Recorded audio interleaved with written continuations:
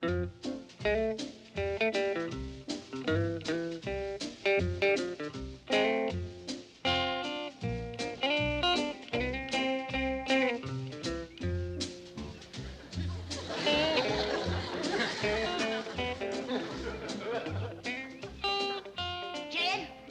at this. What happened, Granny? Jethro has been skimming his iron hat again. Cut the head off of another statue. Beats me how that boy can stand to wear that hat. It must weigh 25 pounds. Where did he get the notion to put iron in his hat? He's got enough in his head. Same place he got the notion to wear that secret radio on the heel of his shoe, or rig up the truck with his smoke screen maker and oil slick spreader. He seen a movie about a double-note spy.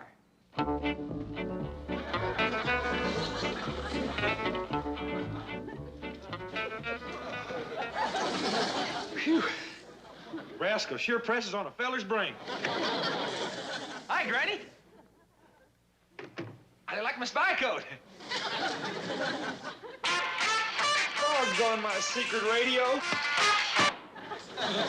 Every time I step down on it, the blasted thing commences playing. Why don't you take the darn fool thing out of your shoe? Hey, that sounds like a pretty good idea. It does make it hard to shadow other spies. Let's see. Where's a good place for it? Well, why don't you put it in your hat? Yeah. I'll tell you another thing you can do, Double Knot. What's that? You can stop skimming that iron hat around.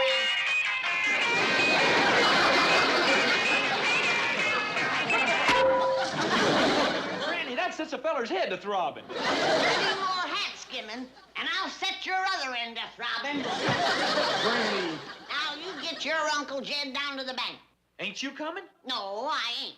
Ellie Mae's gonna be crowned queen of the banker's ball and get her picture took. She can get her picture took without me. Well, I don't care nothing about it neither. I got a date to do some double-knot spying with Miss Slocum.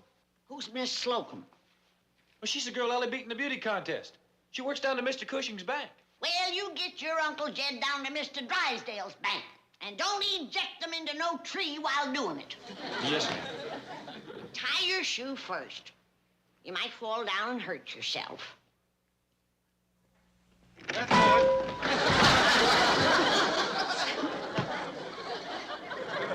good.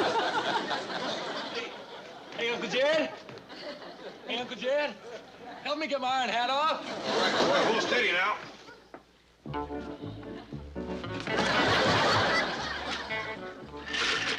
A lot of stuff in here.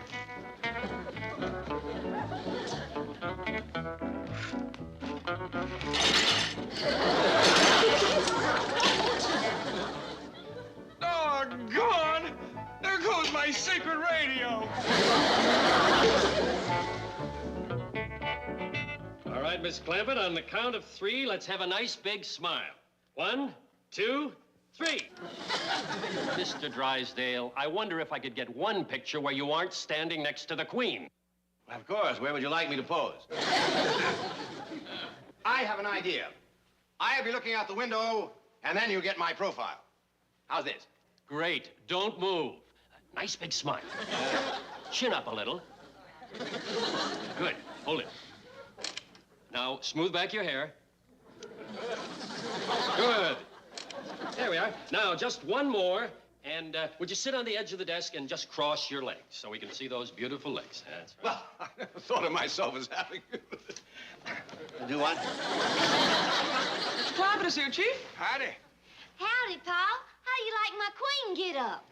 Ain't that pretty? Mr. Clampett, you're just in time to have your picture taken with the queen of the banker's ball. Oh, no, thank you. I'd like to get one, Mr. Clampett. Come on, Paul. Well, if you're sure it won't bust your camera. That's it. Very nice. Now, on the count of 3. 1, 2. That's it. What happened at 3? My finger slipped. Thanks, everybody. Bye. Now, wait a minute. I want some shots of me for the front page of the banker's journal. Well, Ellie, Jethro's waiting downstairs on his spy car. You best get changed. Oh, Mr. Clampett, Ellie Mae's duties are just beginning. She's going to reign over the Bankers Association luncheon today. Well, doggy. Mr. Drysdale is master of ceremonies, and you're invited too, of course. Oh, no, today is Groundhog Day. It is? Yeah, Granny's womping up a stewed groundhog. Gee whiz, Miss Jane. Do I have to miss that?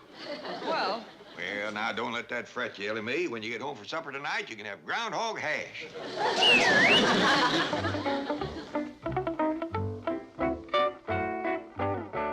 We were robbed, Miss Slocum. You should have won that beauty contest. But, Mr. Cushing, Ellie Mae Clampett is... Ellie Mae Clampett. She doesn't even work in Drysdale's bank. Her father just keeps his $45 million there. And what is more, you are 10 times prettier than she is. Oh, now, really? You just wait till that Bankers Association luncheon today. I'm going to raise the roof, then drop it right on Drysdale's head. What is it? Mr. Cushing, can Miss Slocum come out and do some double knot spying with me? Not today, Jethro. We're busy. Well, then, can my Uncle Jed just come in and say howdy? Jethro, you heard what the man said. He's busy. Now, come on. No, wait! Come in! Come in, sir! Well, Mr. Clampett, I've been wanting to meet you, sir. This is a real pleasure. Thank you. You know, I was just saying that your daughter certainly deserved to win that beauty contest. Well, I don't think so. Miss Slocum's a heap prettier than Cousin Ellie. Oh, nonsense. Oh, Miss Slocum is a nice, wholesome girl, but Ellie Mae Clampett, one of the world's great beauties. Yeah, we just come over to say how sorry we are there couldn't be two winners. Now, Miss Slocum is right pretty, and Jethro's right took with her. Well, Miss Slocum is right took with Jethro. Aren't you? Yes, sir. Dog! Hey, listen, Uncle Jed. This bank is a heap more fun than Mr. Drysdale's. Why don't you keep your money here? Yeah. Well, it's something to think about, but I wouldn't want you coming over and making a nuisance of yourself. A nuisance, Jethro? We love having him, yeah. Here, my boy, let me have your hat. Is it hurt bad? Heck no, it's made of iron. Iron. Come over and sit down. Let's talk. Oh, we gotta be getting home. Granny is cooking up something special. Say, why don't you and Miss Slocum take noon victuals with us? How about that, Mabel? Well, Mr. Cushing has to attend a lunch... At Mr. Clampett's house. Oh, we'd love to come. That'll pleasure Granny a heap. She loves to have company on Groundhog Day. She sure does. Well, we'll be looking for you. Yeah, no, well, we'll be there, Mr. Bye. Goodbye, sir. Bye. Goodbye. Groundhog Day is the 2nd of February. Miss Slocum, when a man with $45 million says it's Groundhog Day, it's Groundhog Day. I don't care if it's the 4th of July. Yes, sir. Oh, boy, and Drysdale thinks he's going to a banker's luncheon.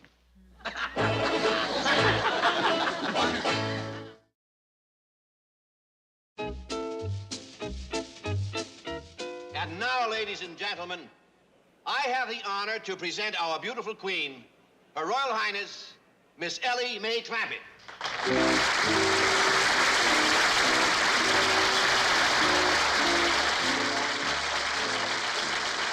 Isn't she lovely? You know, the savings and loan companies like to brag about their interest figures. Well, let's see them come up with a figure that'll draw more interest than that. I notice that my colleague, Mr. John Cushing of the Merchants Bank, is conspicuous by his absence today. Well, I guess poor old John figures the only time he can land a new account is when the rest of us bankers are busy having lunch. Oh, of course, it isn't John's fault that he trails behind a little. He hasn't got what we've got. That drive that prods a man onward and upward. That powerful force that never lets us rest. John hasn't got that. He never married. Oh, and Ellie Mae deserved to be queen, all right. She's a real beauty. And now that I have met you, I see where she got it. Oh, Mr. Cushing. No, it's true. It's true. Well, now, which would you rather do, wash or dry? Oh, no, your company, you ain't gonna hip with the dishes. I'd like to. Oh, nothing doing. You probably get enough of that at home, helping your wife. Oh, I haven't got a wife. What was that? I have no wife. I've never married. What would you rather do, wash or dry? Granny, you ain't fixing to let Mr. Cushing wash the dishes, are you? Oh, I don't mind. It's all right, Jed. What, ain't nothing of the kind. Mr. Cushing is company. It's all right, Jed. Oh, I'll help with the dishes. Besides, Mr. Cushing got a bank to tend to. It's all right, Jed. You wouldn't want to be responsible for Mr. Cushing neglecting his bank, would you? It's all right, Jed. I assure you, sir, I am not neglecting my bank. See, Mr. Cushing don't get a chance to wash dishes at home. He ain't married. He ain't got no wife. He's single. Well, I just remembered something that needs doing outside. Mr. Clampett, you know, it would please me very much if you and your lovely family would be my guests for dinner tonight. Well, that's very nice of you, but Granny is figuring on wamping up some special hash that Ellie's... Well, now, couldn't the hash wait, Granny? Well, that's strictly up to Jed.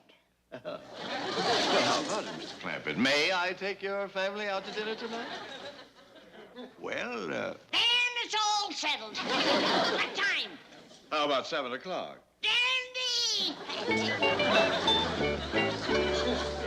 Yeah, I got a few yachts. Yeah, that's a show business expression, Fred.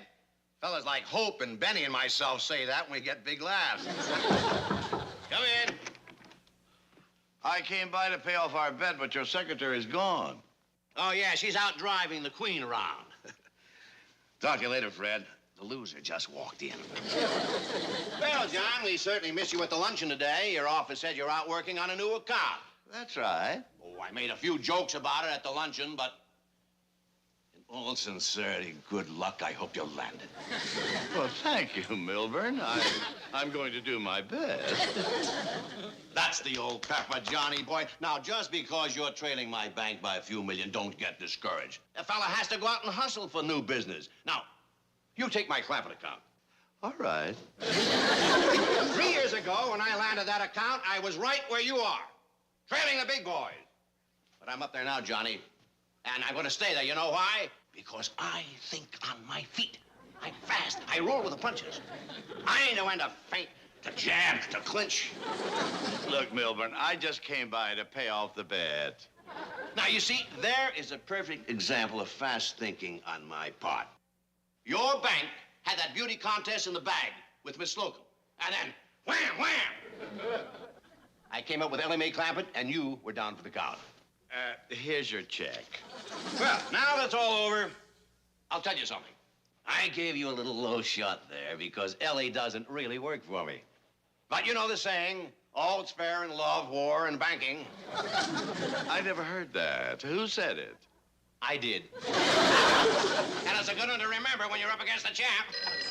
Oh, probably another of my fans calling. How about dinner tonight? I can't. I'll be out hustling a new account.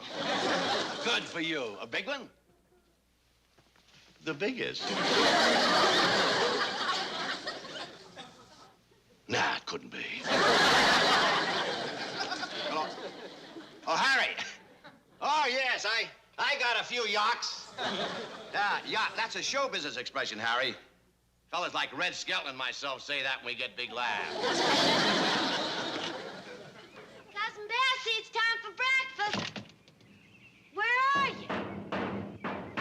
Bessie, you come out of there. That's Jethro's bulletproof shield. You'd better not let Jethro catch you playing on his spy car. Come on, get ready for breakfast. Well, Jed, what about it? You gonna put your money in Mr. Cushing's bank? I'm studying on it, Granny. What's they to study on? Well, I can't just take my money out of Mr. Drysdale's bank without a good reason. I'll give you plenty of reasons.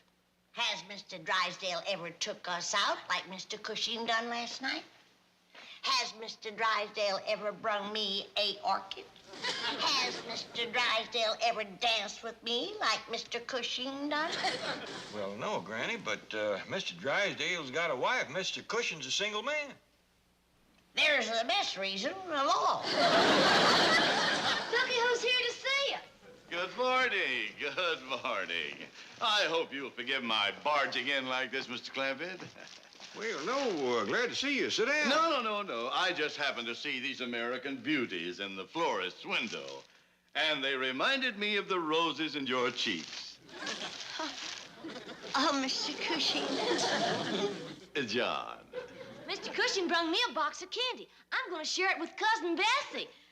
Cousin Bessie? Well, I'm sorry I didn't know about Cousin Bessie. She could have joined us for dinner last evening. Well, her table manners ain't too good yet. Yeah, she keeps picking up the fork with her feet. Yes, I'd better be getting back to my bank. Oh, and speaking of my bank, I hope you have given some consideration to what we discussed last evening. We've been talking about it. And Jed is ready to put his money in your bank. Now, hold on, Granny. I said I'd study on it. Oh, now that's right, Mr. Clampett. You think it over carefully, sir. Oh. I'll see you to the door, John. You wait for me in the pantry. Goodbye, Mr. Clampett. Well, Jed, how about it? Well, Granny, I said I'm going to have to study on this and have a long talk with Mr. Drysdale. Jed, ain't you always told me that part of that money was mine? That's right, 1/4. 1/4? 25 cents out of all of them millions? I mean 1/4 all I got. Well, here comes Jethro. You have him cipher it out. Because I'm going to put my money in Mr. Cushing's bank. Hey, Uncle Jed. You know where I've been? I've been out getting a brand new secret radio. Fine, Jethro. Now sit down. I got some ciphering for you to do. First, see, can you guess where my secret radio's hid? No, I can't, Jethro. Now sit down. Oh, come on, try. How about my iron hat? You reckon it's hid there? Yeah. You're wrong. All right, Jethro. Now sit down. Oh, try again.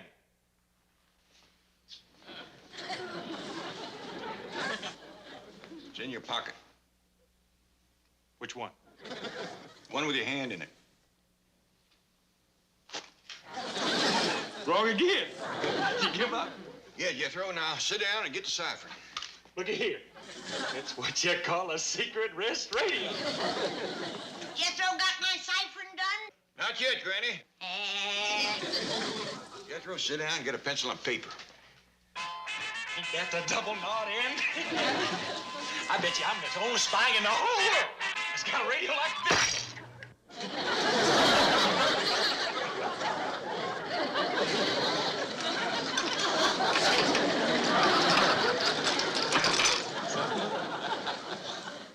Yep. You're right.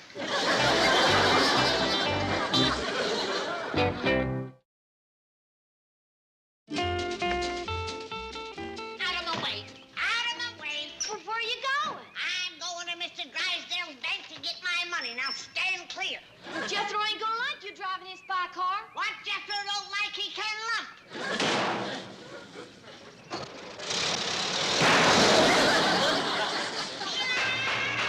Get me out of here! Who put me under that big one? Hey, ain't nobody allowed to drive my spy car except me. Well, get in here and get at it. I'll sit on the ejector seat. I got ciphering to do. You got driving to do.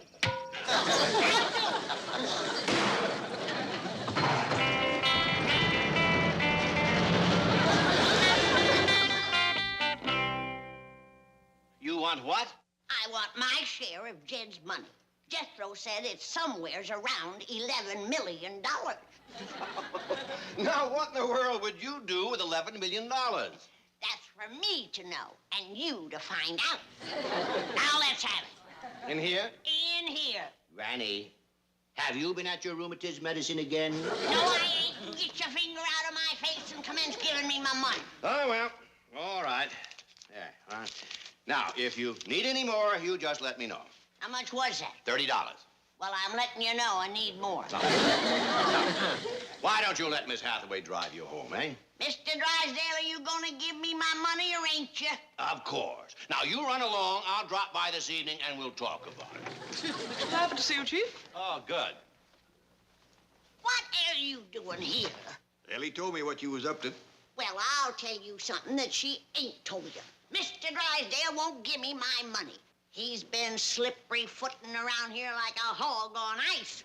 If you ask me, he ain't got it. Granny didn't mean that, Mr. Drysdale. Who? I understand. I know you got the money. No apologies necessary, Mr. Clampett. Now, we won't take up no more of your time. Thank you.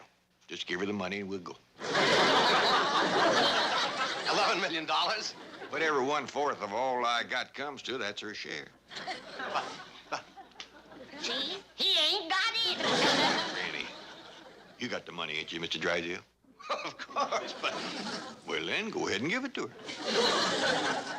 Well, all right, I'll have a check drawn up. Hold it right there. I don't want no check. I want my money.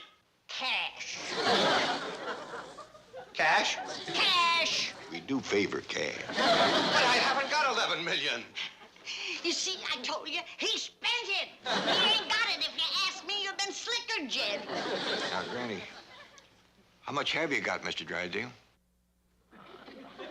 Possibly $200,000 or $300,000 in the vault. That's all you got left out of my $45 million? I've got all of your money. Well, where is it? Well, it's invested. Stocks, bonds, loans, primary, secondary securities. That's slicker talk I ever heard it. Mr. Drysdale, you always told me I had $45 million in cash. Well, you have, but it's not cash. Like I said, it's invested. I've got it spread out all over the country. Well, maybe you better start getting it together. It would ease my mind considerable to see it. Great Scott, man. It would take weeks and weeks and weeks to get $45 million in cash. You don't understand. See, Mr. Cushing? Told you they was here. They used to have a double-knot spy working for you, don't it?